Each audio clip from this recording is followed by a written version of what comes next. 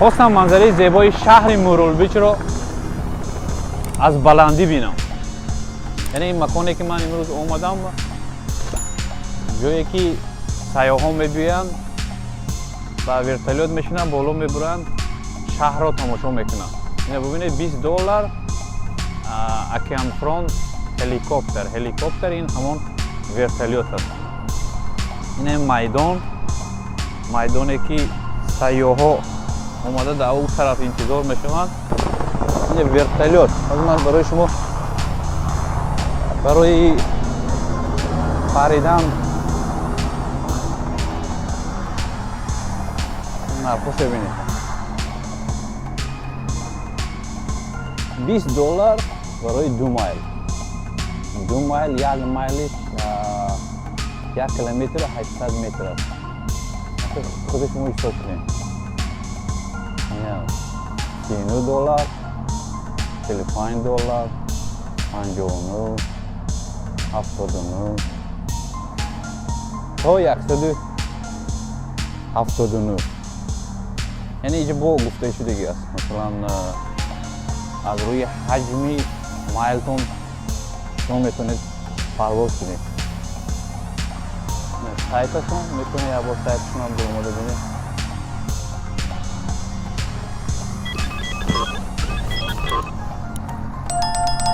این میدان به аэропорт نزدیک است. یعنی که اصلا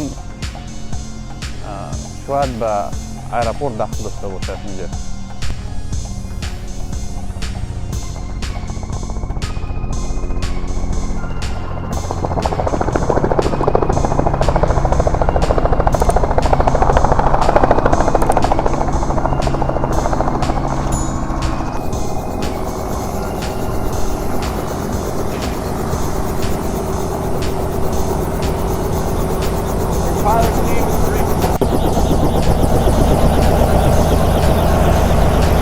Thank you.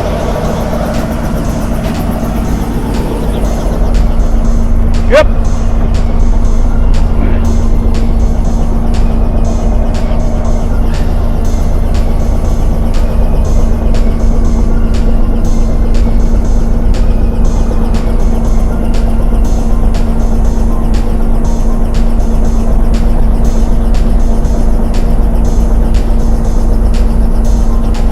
ورتولت به شیشم انشاءالله میپریم.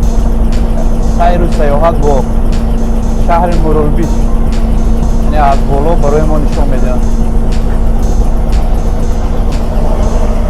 Yeah, thank you.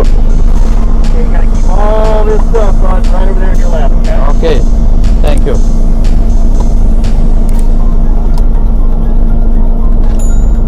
You say my country, hello.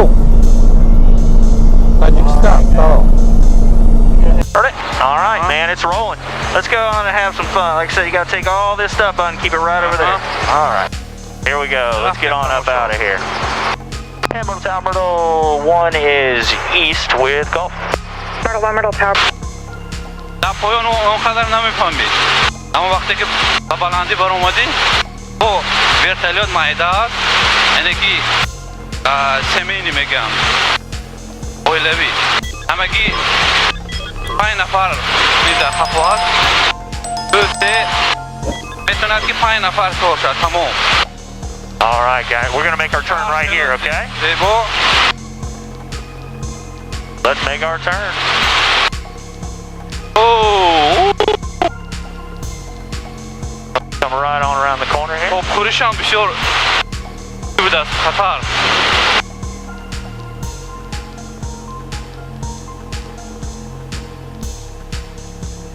All right. Now we're pointed back down to the southwest.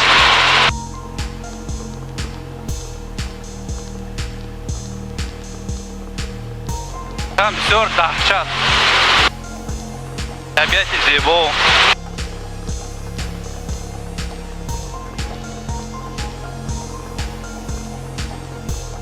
دور ببینید.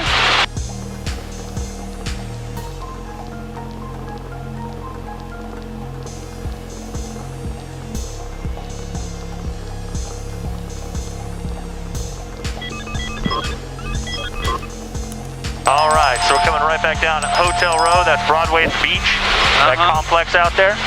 Our convention center is right there, that green building with the open field.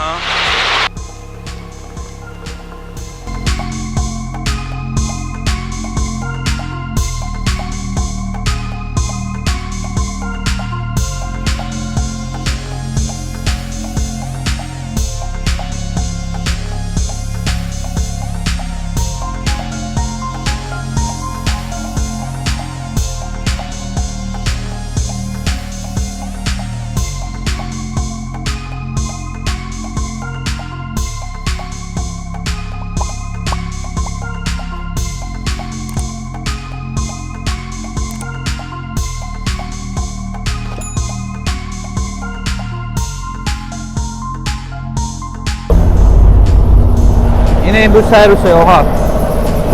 Hop, thank you. دیده 5 دقیقه تاب خوردیم دیگه تاب نخوردیم. رفتیم به شهر میرتل-بیچ. همه ساله از گوشه های امریکا 14 میلیون شهروندای امریکا به این شهر میبیایند. تمام شتات و یکی از شهرهای زیبا، جای استراحتگاه و واقعا دیدنی است و از نگاه سیاحی توریستی خیلی رشد کردگی است.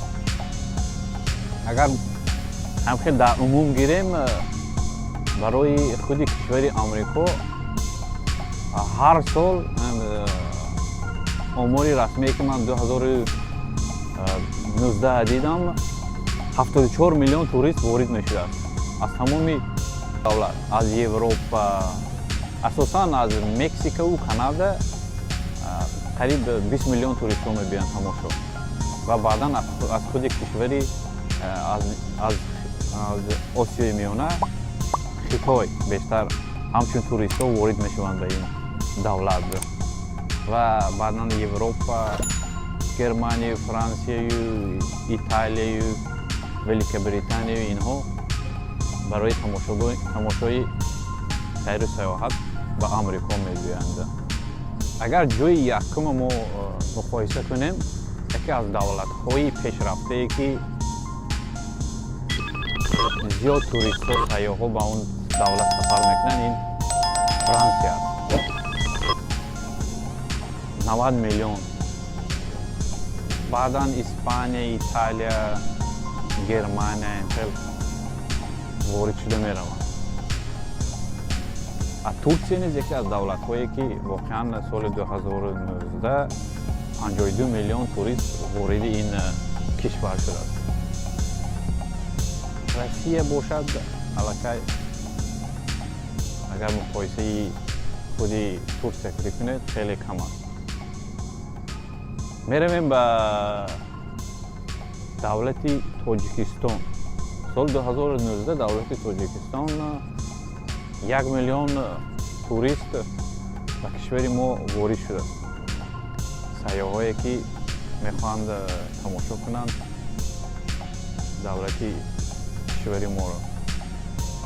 این هم نه همه مثلا سیاحانی که رفتند برای تماشا، بسیاری ها برای دیداربینی کشور تبار، بسیاری ها برای کارهای شخصی خود. اصلا سیاحای ما از ازبکستان، قزاقستان، قرقیزستان و روسیه. اکنون ازبکستان رو میبینیم. ازبکستان 2019 6 میلیون وارد شده. از دولت قزاق و قرقیز من نگاه هم نکردم که برای آنها مثلا چقدر توریست ها وارد میشوند. اگر ما در تاجیکستان سمت توریسم بسیار توجه کنیم، گمان میکنم که عالم گل و دیدید که در 5 ساله چقدر توریست ها زیاد میشوند و سیاحان به کشور تاجیکستان زیاد میروند. البته داریم مثلا سامانه ها بسیار تشکیلات هایی که مثلا ترغیب میکنند توریستی، یکی کم است. باز زیادتر کردن در کار و نشان دادن در کار که واقعا یک کشور زیبا дар Осиёи Миёна ва бо ном Тоҷикистон ҳаст ки бисёриҳо хостори дидани он бошанд. яъне муаррифӣ бояд шавад Тоҷикистон.